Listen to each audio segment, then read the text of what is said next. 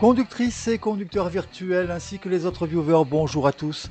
Je suis très heureux de vous retrouver dans ce Let's Play pour ce 33e épisode de la nouvelle saison d'Alaskan Road Truckers en mode reboot dans la carrière de mon avatar Bruce qui retrouve son bon vieux Western Soro avec lequel il va poursuivre ses merveilleuses aventures à travers cet état hostile et austère qu'est l'Alaska. Aujourd'hui, le retour à la routine fera le plus grand bien à tout le monde.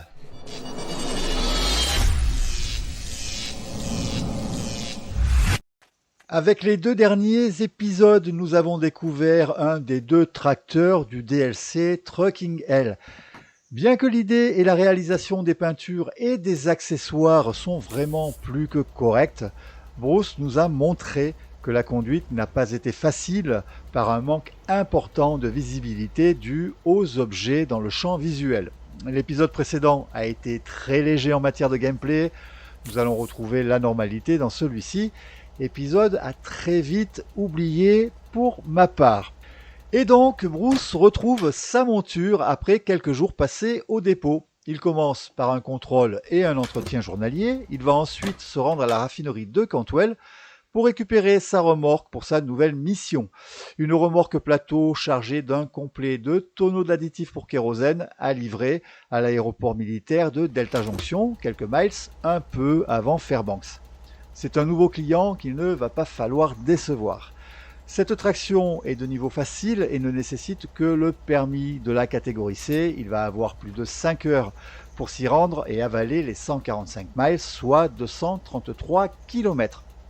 L'armée américaine est plutôt généreuse, il devrait toucher pour cette mission plus de 2000 $, sans compter les primes qui pourraient s'y ajouter. Avant de vous laisser surfer sur l'asphalte à ses côtés, il m'a demandé de vous le dire qu'il est important d'effectuer les tâches de déblaiement des arbres sur les routes. Ils sont récompensés par 200 points d'expérience qui rentrent en ligne de compte pour l'obtention des catégories de permis, donc avis aux amateurs. Voilà, je vais vous laisser avec lui, il va y avoir quelques anomalies que je vais vous laisser appréhender. Il ne vous reste plus qu'à vous caler confortablement dans votre siège avec votre plaid douillet. La météo fait un peu le yo-yo en ce moment. Le mug de votre boisson préférée est bien évidemment conseillé. Attachez vos ceintures, je vous retrouve chez le client.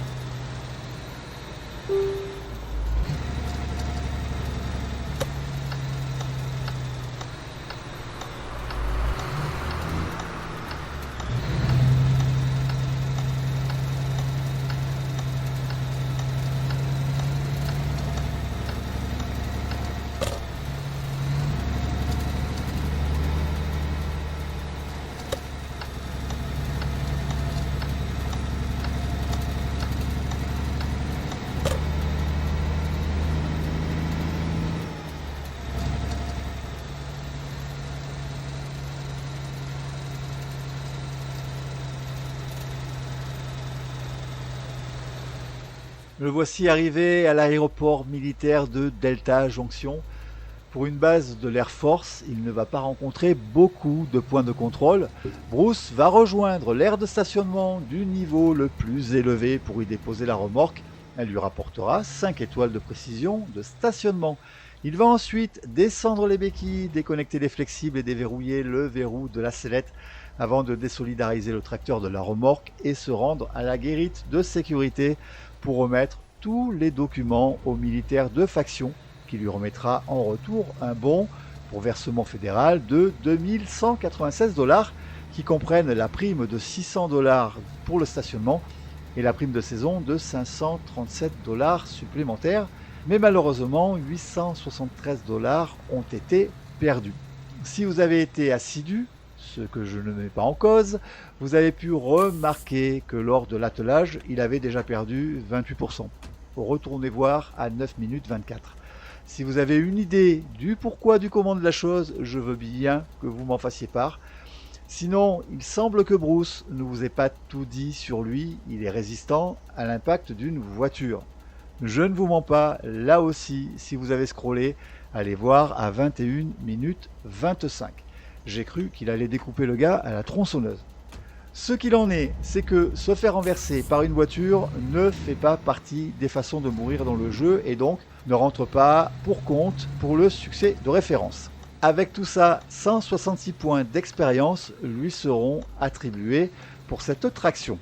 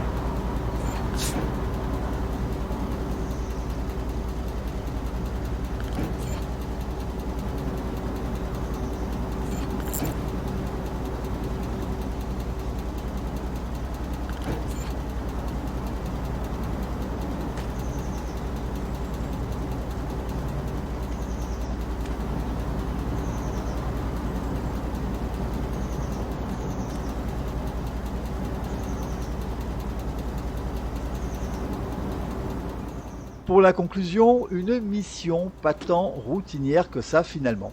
C'est vrai qu'il y a eu des bizarreries pour les dégâts lors de l'attelage et la résistance au choc d'une voiture côté gameplay.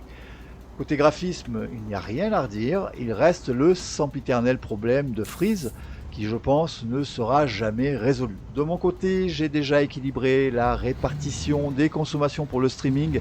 Je vais essayer de nouveau de descendre la quantité de bits par seconde pour l'enregistrement afin de laisser une plus grosse quantité de données allouées au calcul pour le jeu. C'est un peu technique, mais peut-être qu'il y aura un impact positif ou pas, on en reparlera.